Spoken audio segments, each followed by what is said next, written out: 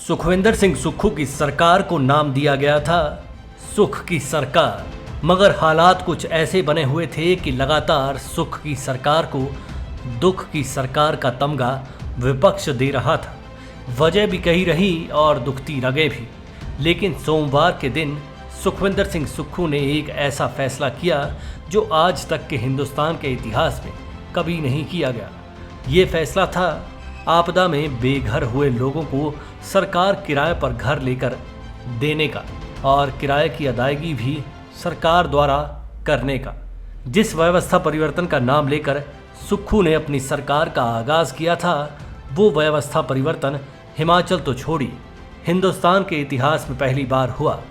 नहीं तो आज तक जब जब आपदाएं हिमाचल समेत हिंदुस्तान के किसी भी हिस्से में आई, तब तक सिवाय तिरपालों के आपदाग्रस्त लोगों को सिर छिपाने के लिए कुछ नहीं मिलता था।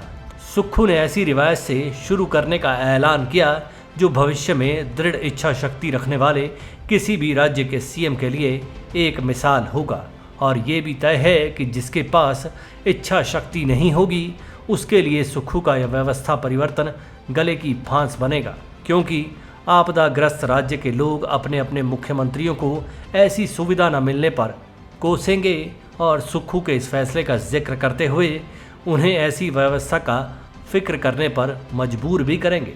मंडे मीटिंग के दौरान लिए गए इस फैसले में राहत शिविरों में रह रहे लोगों के लिए 2 या 3 कमरों के सेट वाले मकान किराए पर लेने और प्रभावितों को देने का ऐलान किया गया है। तमाम जिलों के जिलाधीशों को ये आदेश दे दिए गए हैं कि वे ऐसे भवन तलाशें।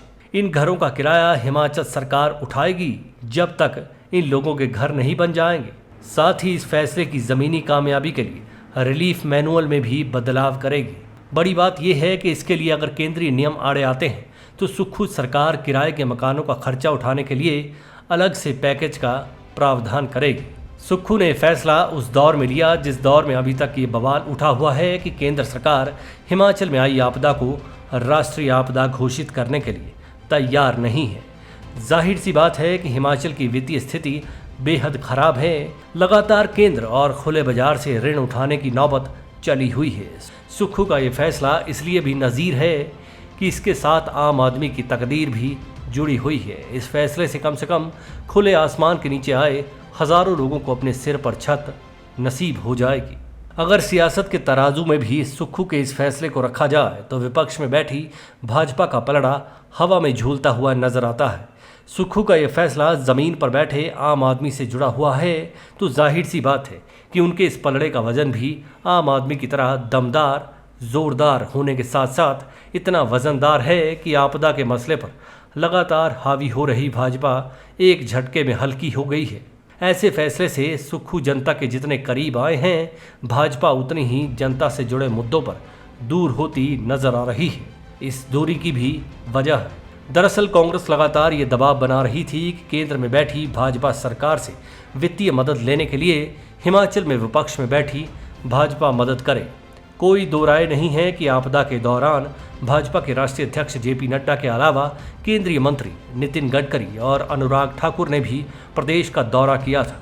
लेकिन ऐसी कोई वित्तीय मदद छोड़िए मानवीय एहसास ये नेता नहीं करवा पाए थे, जिससे आम आपदाग्रस्त आदमी को यह लगता कि अगर वे खुले आसमान के नीचे बैठा है तो केंद्र सरकार भी उसके साथ ज़मीन पर बैठी हुई है। अब सरकार को जल्द से जल्द रोजगार के आसमान पर भी रोशनी फैलाने का खाका तैयार करना चाहिए, क्योंकि ये भी एक मानवीय पहलू है। आपदा में मानवीयता का इतिहास रचकर सुक्खू उस हिमाचल के पहले मुख्यमंत्री तो बन ही गए हैं जिस हिमाचल में अभी तक सड़कों वाले, पानी वाले, शिक्षा वाले मुख्यमंत्री होते रहे हैं। अगर रोजगार के मसले पर भी रोजगार के द्वार सुक्खू खोल देते हैं तो रोजगार की गारंटी भी पूरी होगी और रोजगार वाले मुख्यमंत्री का तमगा भी सुक्खू की छाती पर लग सकता है। खैर, अच्छे फैसलों की तारीफ होनी ही चाहिए।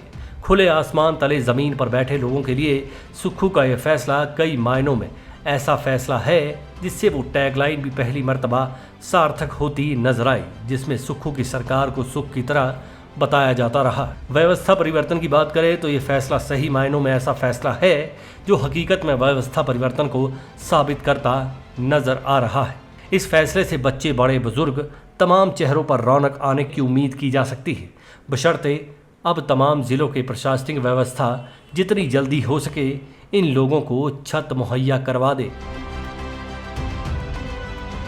Manish Kaul, black and white news.